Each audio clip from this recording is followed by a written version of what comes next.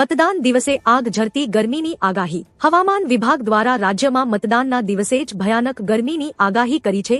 ખાસ કરીને અમદાવાદમાં યલો એલર્ટ જાહેર કરવામાં આવ્યું છે. ભારે તાપને લઈને મતદાન પર અસર પડી શકે છે. હવામાન વિભાગે રાજ્યમાં 26 એપ્રિલે હીટવેવની આગાહી કરી છે, જ્યારે એ જ દિવસે સ્થાનિક સ્વરાજ્યની ચૂંટણીનું મતદાન યોજાવાનું છે. ચૂંટણી દરમિયાન અમદાવાદમાં તાપમાન 44 ડિગ્રી પહોંચે તેવી સંભાવનાઓ છે. ધંધુકા આરોપીઓના દબાણ પર બુલડોઝર. ધંધુકામાં ધર્મેશ ગમારા હત્યા કેસના આરોપીઓ વિરુદ્ધ તંત્રએ કડક કાર્યવાહી હાથ ધરી છે. ભારે પોલીસ બંદોબસ્ત વચ્ચે આરોપીઓના ગેરકાયદે દબાણો પર બુલડોઝર ફેરવી દેવામાં આવ્યું છે. ખાટકીવાડામાં 5 મકાનો અને 14 દુકાનોના શેડ તોડી પાડવામાં આવ્યા છે, તેમજ તેમના ઘરના વીજ જોડાણ પણ કાપી નખાયા છે. કોર્ટે 2 આરોપીઓના 2 દિવસના રિમાન્ડ મંજૂર કર્યા છે. ગુનેગારોમાં ફફડાટ વ્યાપી ગયો છે. કોંગ્રેસ પ્રવક્તા ખડગેનો બફાટ, કહ્યું પીએમ મોદી આતંકવાદી છે. કોંગ્રેસ નેતા મલ્લિકાર્જુન ખડગે ચેન્નાઈમાં પ્રેસ કોન્ફરન્સમાં પીએમ મોદીને લઈને એક વિવાદિત નિવેદન આપ્યું છે, જેમાં તેમણે કહ્યું કે પીએમ મોદી આતંકવાદી છે. મોદીની પાર્ટી સમાનતાને નથી માનતી. વધુમાં તેમણે પીએમ મોદીને જુઠ્ઠા અને ગરીબ વિરોધી કહ્યા હતા. દાર્જિલિંગમાં અમિત શાહનું નિવેદન. બંગાળમાં આ વખતે પરિવર્તન આવશે. બંગાળમાં આ વખતે કમળ ખીલશે. દીદીને વિદાય આપવાનો સમય આવી ગયો છે. આપણે બંગાળમાંથી ઘૂસણખોરોને હાંકી કાઢીશું. આપણે બંગાળની દરેક સમસ્યાનો ઉકેલ શોધીશું. ટીએમસીના અન્યાયથી મુક્ત થવાનો સમય આવી ગયો છે. બંગાળમાં ભાજપની સરકાર નિશ્ચિત છે. યુદ્ધમાં થઈ ગયો નિર્ણય. અમેરિકા અને ઈરાન વચ્ચે વધતા તણાવ વચ્ચે એક મહત્વપૂર્ણ રાજદ્વારી સફળતા મળી છે. ઈરાનના સુપ્રીમ લીડર મોજતબા ખામેનીએ ઇસ્લામાબાદમાં અમેરિકા સાથે શાંતિ વાટાઘાટો માટે ઈરાની પ્રતિનિધિમંડળને લીલી ઝંડી આપી દીધી છે. આ વાટાઘાટો 22 એપ્રિલે સમાપ્ત થતા યુદ્ધવિરામ પહેલા યોજાવાની શક્યતા છે. તુર્કી, પાકિસ્તાન અને ઇજિપ્તની મધ્યસ્થતા બાદ ઈરાન વાતચીત માટે સંમત થયું હોવાનું મનાય છે. આજે ખુલશે બાબા કેદારનાથ મંદિરના કપાટ. કેદાર પર્વત બાબાના સ્વાગત માટે સજીદજીને તૈયાર છે. આજથી એટલે કે બુધવાર સવારથી જ 8 વાગ્યે વિધિ વિધાન મંત્રોચ્ચાર સાથે કેદારનાથ ધામના કપાટ ભક્તો માટે ખોલી દેવામાં આવશે. આ વખતે કેદારનાથ ધામ માટે રજીસ્ટ્રેશનનો આંકડો 7 લાખ પાર પહોંચી ગયો છે. સુરક્ષાના ભાગે રૂપે દરેક ખૂણા પર પોલીસ દળ અને જવાનોને તૈનાત કરવામાં આવ્યા છે, જે બાજ નજર રાખશે. યુદ્ધની અસરથી રસોઈ ગેસના વપરાશમાં ઘટાડો. ઈરાન યુદ્ધને કારણે સપ્લાય ચેઇન ખોરવાતા માર્ચમાં ઘરેલું એલપીજી વપરાશમાં 13% મોટો ઘટાડો નોંધાયો છે. હોર્મુઝ પ્રભાવિત થતા આયાત પર અસર પડી છે. માર્ચમાં વપરાશ ઘટીને 2.3 મિલિયન ટન રહ્યો, જે અગાઉ 2.7 મિલિયન ટન હતો. બીજી તરફ પેટ્રોલ ડીઝલની માંગ 8% વધી છે. સરકારે કોમર્શિયલ ગેસના સપ્લાયમાં 48% કાપ મૂક્યો છે, જેથી સામાન્ય નાગરિકોને રસોઈ ગેસની તંગીનો સામનો ન કરવો પડે. હવે મમતા બેનર્જીના હાથમાં કંઈ વધ્યું નથી. બીજેપીના વરિષ્ઠ નેતા અને ખડગપુર પશ્ચિમ બંગાળ સદર વિધાનસભા ક્ષેત્રના ઉમેદવાર દિલીપ ઘોષે કહ્યું કે ટીએમસીનો જવાનો સમય આવી ગયો છે. હવે પશ્ચિમ બંગાળની મુખ્યમંત્રી મમતા બેનર્જીના હાથમાં કંઈ પણ વધ્યું નથી અને તેમનું જવું નિશ્ચિત છે. જો મતદાન કેન્દ્ર કેન્દ્રીય દળોના નિયંત્રણમાં આવી જાય છે, તો લોકો ભય વગર મતદાન કરવા માટે જશે, કેમ કે ત્યાં પોલીસ પણ લોકોને ડરાવે ધમકાવે છે. લેન્સકાર્ટને વિવાદ ભારે પડ્યો. 4500 કરોડ સ્વાહા. લેન્સકાર્ટમાં બિંદી અને તિલક પર પ્રતિબંધની જૂની પોલિસી વાયરલ થતા કંપની વિવાદમાં સપડાઈ છે. સોમવારે શેરબજારમાં ભારે વેચાણના કારણે કંપનીનું મૂલ્યાંકન 4500 કરોડ ઘટી ગયું હતું. સોશિયલ મીડિયા પર બહિષ્કારની માંગ ઉઠતા સ્થાપક પિયુષ બંસલે માફી માંગી સ્પષ્ટતા કરી કે આ નિયમ જૂનો છે. હવે કંપનીએ નવી માર્ગદર્શિકા જાહેર કરી કર્મચારીઓને તમામ ધાર્મિક પ્રતીકો ધારણ કરવાની છૂટ આપી છે. દારૂના અડ્ડાઓ અંગે હર્ષ સંઘવીને સીધો સવાલ. સુરતમાં યોજાયેલા સંવાદ કાર્યક્રમમાં એક નીડર ઇન્ફ્લુએન્સરે નાયબ મુખ્યમંત્રી હર્ષ સંઘવીને દારૂના અડ્ડાઓ અંગે ખુલ્લેઆમ પ્રશ્ન કર્યો હતો. સંઘવીએ સવાલને બિરદાવતા સ્પષ્ટ કર્યું કે બુટલેગરો સાથે મિલીભગત રાખતા ફૂટેલા પોલીસ કર્મચારીઓ સામે કડક કાર્યવાહી કરાશે. તેમણે ઉમેર્યું કે દારૂબંધી એ મોટી સામાજિક લડાઈ છે, જેમાં માત્ર પોલીસ જ નહીં પણ સમાજે પણ સાથે મળીને લડવું પડશે. ટ્રમ્પના એલાથી ફરી પાછું ટેન્શન. ઇસ્લામાબાદમાં અમેરિકા ઈરાન વચ્ચેની મંત્રણા પર સંકટના વાદળો છવાયા છે. રાષ્ટ્રપતિ ડોનાલ્ડ ટ્રમ્પે વિશ્વને ચોંકાવતા મોટી જાહેરાત કરી છે. તેમણે ચેતવણી આપી કે જો સીઝ ફાયર સમાપ્ત થશે તો ભારે બોમ્બમારો શરૂ થશે. જો ઈરાન વાટાઘાટો નહીં કરે તો પરિણામ અત્યંત ભયાનક આવશે. એવો વિનાશ જોશે જે ક્યારેય જોયું નથી. બીજી તરફ ઈરાને પણ નમવાને બદલે લડત આપવાનો મક્કમ નિર્ધાર જાહેર કર્યો છે. ગુજરાતમાં બધું બરાબર છે તો લોકો કેમ ભાગે છે? સુરતના ઉધના સ્ટેશન પર પરપ્રાંતિયોની ભારે ભીડ અને પલાયન મુદ્દે સંજય રાઉતે આક્રમક વલણ અપનાવ્યું છે. તેમણે કટાક્ષ કર્યો કે ગુજરાતમાં પણ સત્તા મોદી અને શાહના હાથમાં જ છે. રાઉતે સવાલ ઉઠાવ્યો કે જો બધું બરાબર છે તો લોકો રોજગાર વિના કેમ પલાયન કરી રહ્યા છે? 19 એપ્રિલની અફરાતફરી બાદ તેમણે મહિલા અનામત અને સીમાંકન મુદ્દે પણ ભાજપ સરકારને ઘેરીને અનેક આકરા રાજકીય પ્રહારો કર્યા હતા.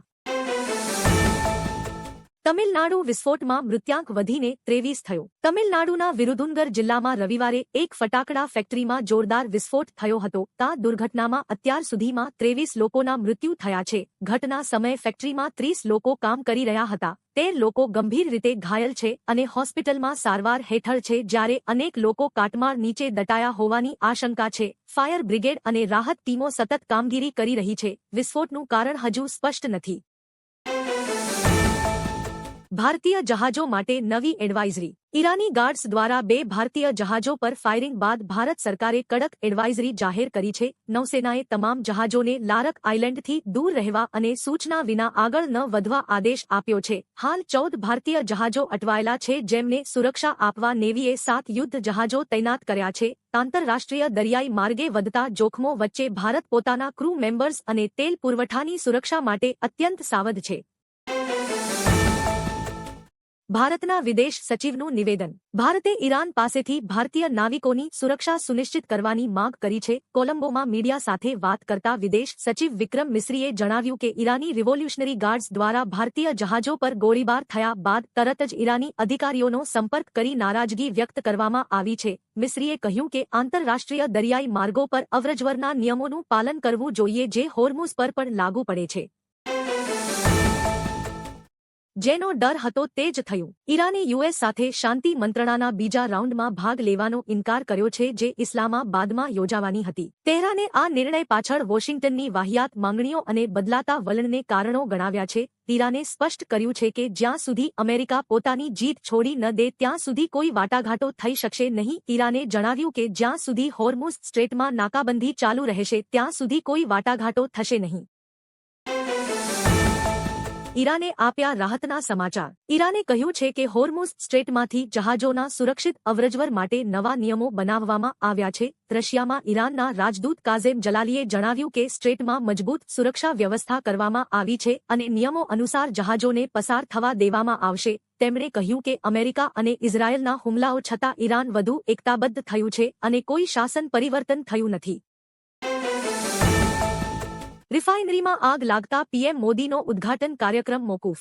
રાજસ્થાનના પચપદરા રિફાઇનરીના સીડીયુ અને વીડીયુ યુનિટમાં સોમવારે બપોરે 2 વાગ્યે ભીષણ આગ લાગતા અફરાતફરી મચી હતી. મંગળવારે વડાપ્રધાન નરેન્દ્ર મોદી આ પ્રોજેક્ટનું લોકાર્પણ કરવાના હતા, પરંતુ સુરક્ષાના કારણોસર તેમની મુલાકાત હવે મોકૂફ રાખવામાં આવી છે. ફાયર બ્રિગેડે 2 કલાકની જહેમત બાદ આગ પર કાબૂ મેળવ્યો હતો. તમામ કર્મચારીઓને સુરક્ષિત બહાર કઢાયા હોવાથી કોઈ જાનહાનિ થઈ નથી. 4 કિલોમીટર ચાલીને જાય ત્યારે પાણી મળે. રાજકોટ મહાનગરપાલિકા ચૂંટણીના પ્રચાર વચ્ચે દિવ્ય ભાસ્કરની ટીમે વોર્ડ નંબર 5ના શેવાડાના વિસ્તારોની મુલાકાત લીધી. માર્કેટિંગ યાર્ડ પાછળના સપનિયા ક્વાર્ટર અને મનસાનગર વિસ્તારમાં પાણીની તીવ્ર કિલ્લત જોવા મળી. લોકોને 3 થી 4 કિલોમીટર દૂરથી પાણી લાવવું પડે છે. સફાઈ અને રસ્તાઓની સ્થિતિ પણ ખૂબ જ ખરાબ છે. સ્થાનિકોનું કહેવું છે કે કોર્પોરેટરો મત લઈને અદૃશ્ય થઈ જાય છે. લીલાબેને આંદોલનની ચીમકી ઉચ્ચારી છે. ઈરાની સેનાની ગોળીબારની ગેમ વચ્ચે ભારતની મોટી જીત. ઈરાની નૌસેનાના ગોળીબાર અને નાકાબંધી વચ્ચે પણ ભારતીય તેલ ટેન્કર દેશ ગરીમાં હોર્મુઝ સ્ટ્રેટમાંથી સુરક્ષિત રીતે પસાર થઈ ગયું છે. જહાજ પર 31 ભારતીય નાવિકો સવાર છે. પેટ્રોલિયમ મંત્રાલયે જણાવ્યું કે 18 એપ્રિલે અત્યંત તંગ સ્થિતિ વચ્ચે પણ આ જહાજે માર્ગ કાપ્યો હતો. દેશ ગરીમાં 22 એપ્રિલ સુધીમાં મુંબઈ પહોંચવાની સંભાવના છે. આને ભારતની ઉર્જા સુરક્ષા માટે મહત્વની સફળતા માનવામાં આવી રહી છે. બસ અકસ્માતમાં મૃત્યુ આંક 21 પહોંચ્યો. જમ્મુ કાશ્મીરના ઉધમપુરના રામનગરમાં એક મુસાફર ભરેલી બસ પલટી મારી ગઈ હતી. આ દુર્ઘટનામાં મૃત્યુ આંક 21 પહોંચ્યો છે, જ્યારે 61 લોકો ઘાયલ થયા છે. આ દુર્ઘટનાની વિગત મુજબ રામનગરના કાઘોટ વિસ્તારમાં એક પેસેન્જર બસ અકસ્માતનો ભોગ બની હતી. આ બસ રામનગરથી ઉધમપુર તરફ જઈ રહી હતી. નગર સેવકો કામ ન કરે તો રાજીનામું લેવાની ચીમકી. સાવલી નગરપાલિકા ચૂંટણીના પ્રચાર અંતર્ગત વોર્ડ નંબર 1માં યોજાયેલ જાહેર સભામાં ધારાસભ્ય કેતન ઇનામદારે ભાજપના ઉમેદવારોને જીત્યા બાદ કામ નહીં કરે તો રાજીનામું લઈ લેવાની ગર્ભિત ચીમકી ઉચ્ચારી હતી. તેમણે લોકોને વિકાસમાં સહયોગ આપવા અપીલ કરી અને કાચા મકાનો, પાણીની સમસ્યા જેવા પાયાના પ્રશ્નોનું નિરાકરણ કરવાનું વચન આપ્યું. કોંગ્રેસ પર પ્રહાર કરતા કહ્યું કે લોકોના દિલમાં હવે કમળ વસેલું છે. અરવિંદ કેજરીવાલને મોટો ઝટકો. દિલ્હીના પૂર્વ મુખ્યમંત્રી અરવિંદ કેજરીવાલને હાઈકોર્ટ તરફથી મોટો ઝટકો મળ્યો છે. જસ્ટિસ સ્વર્ણકાંતા શર્માએ આ કેસની સુનાવણીમાંથી અલગ થવાનો સ્પષ્ટ ઇનકાર કરી દીધો છે. જજે જણાવ્યું કે તેમની નિષ્પક્ષતા પર સવાલો ઉઠાવવા છતાં સુનાવણી વિના ખસી જવું યોગ્ય નથી. આ મામલો માત્ર વ્યક્તિગત નથી પરંતુ સમગ્ર ન્યાયતંત્રની વિશ્વસનીયતા અને ગરિમા સાથે જોડાયેલો છે. અજીત ડોભાલ સાઉદી અરેબિયાના વરિષ્ઠ નેતાઓને મળ્યા. મધ્ય પૂર્વમાં ચાલી રહેલા સંઘર્ષ વચ્ચે ભારતના એનએસએ અજીત ડોભાલે રવિવારે સાઉદી અરેબિયાના વરિષ્ઠ નેતાઓ સાથે મુલાકાત કરી હતી. આ બેઠકો દરમિયાન તેમણે ભારત અને સાઉદી અરેબિયા વચ્ચે દ્વિપક્ષીય સંબંધોને મજબૂત બનાવવા પર ભાર મૂક્યો. સાઉદી નેતાઓ સાથેની તેમની ચર્ચા દરમિયાન એનએસએ અજીત ડોભાલે પશ્ચિમ એશિયાઈ સંઘર્ષ, પ્રાદેશિક પરિસ્થિતિ અને પરસ્પર હિતના અન્ય મુદ્દાઓ પર ચર્ચા કરી.